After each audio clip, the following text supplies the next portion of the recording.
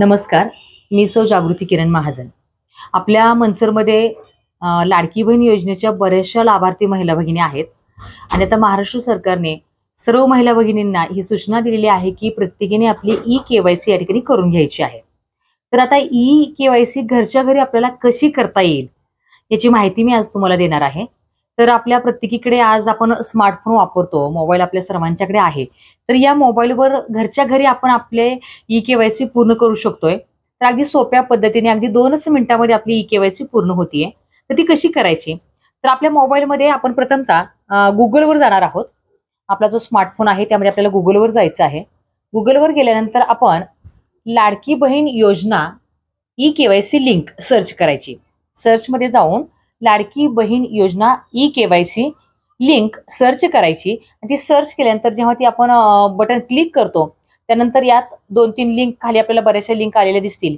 त्या लिंकमध्ये आपल्याला महाराष्ट्र सरकारची जी अधिकृत लिंक आहे ती या ठिकाणी आपल्याला दिसतीये की ladkibehen.maharashtra.government.in ही जी लिंक आहे ती आपण क्लिक करायची.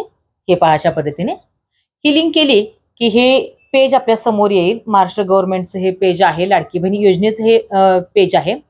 तर या पेजवर आल्यानंतर एक बटन या ठिकाणी क्लिक होते, काही अक्षर आपल्याला दिसत आहेत. त्याच्यावर लिहिलेलं आहे की मुख्यमंत्री माझी लाडकी बहीण योजनेचे लाभार्थी ई-KYC पूर्ण करण्यासाठी येथे क्लिक करावे. हे जे बटन आहे हे बटन आपल्याला या ठिकाणी क्लिक करायचं आहे. ते बटन क्लिक केल्यानंतर या ठिकाणी वरच्या साईडला एक बॉक्स आहे, त्यामध्ये आपल्याला लाभार्थीचा आधार क्रमांक भरायचा आहे. म्हणजे ज्या महिलेने लाडकी बहीण योजनेसाठी फॉर्म भरलाय त्या महिलेने या ठिकाणी आपला आधार नंबर टाकायचा आहे.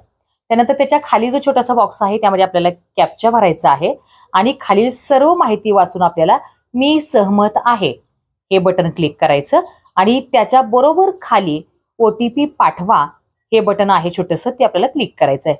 आपण ते बटन क्लिक केल्यानंतर आपल्या मोबाईलवर एक OTP येईल. तो OTP आपल्याला पुढील बॉक्समध्ये भरायचा आहे आणि आता ज्याप्रमाणे आपण ही सर्व प्रक्रिया केली अगदी तशीच प्रक्रिया पुढील पेजवर आपल्याला करावी लागते. त्या ठिकाणी सेम हा बॉक्स असतो. त्या बॉक्समध्ये जर तुम्ही विवाहित असाल तर आपल्या पतीचा आधार नंबर टाकायचा, अविवाहित असाल तर आपल्या वडिलांचा आधार नंबर टाकायचा, त्याच्या खाली कॅप्चा भरायचा, त्यानंतर ती माहिती पूर्ण वाचायची, मी सहमत आहे हे बटन क्लिक करायचं आणि खाली OTP पाठवा हे बटन पुन्हा आपल्याला क्लिक करायचं आहे. मग तो OTP ज्याचा नंबर आपण भरलेला आहे, आधार नंबर टाकलेला आहे, मग त्या पतीच्या किंवा अविवाहित असेल तर वडिलांच्या फोनवर जो OTP येईल तो OTP आपल्याला त्यामध्ये भरायचा आहे.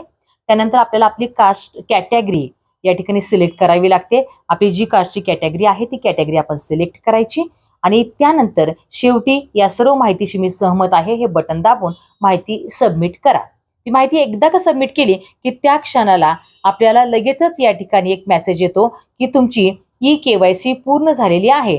तुमची ई-KYC पूर्ण झालेली आहे असा मेसेज, अगदी या पद्धतीचा हा मेसेज आपल्याला त्या ठिकाणी येतो की तुमची ई-KYC पूर्ण झालेली आहे. आणि अशा पद्धतीने अगदी 2च मिनिटांमध्ये आपण सर्व महिला भगिनी घरच्या घरी आपल्या लाडकी बहीण योजनेची ई-KYC करू शकता. आणि ज्या महिला भगिनींना ही प्रक्रिया थोडीशी अवघड वाटतेय त्या माता भगिनींनी लवकरात लवकर महा ई सेवा केंद्रामध्ये जाऊन आपली ई-KYC पूर्ण करून घ्यावी.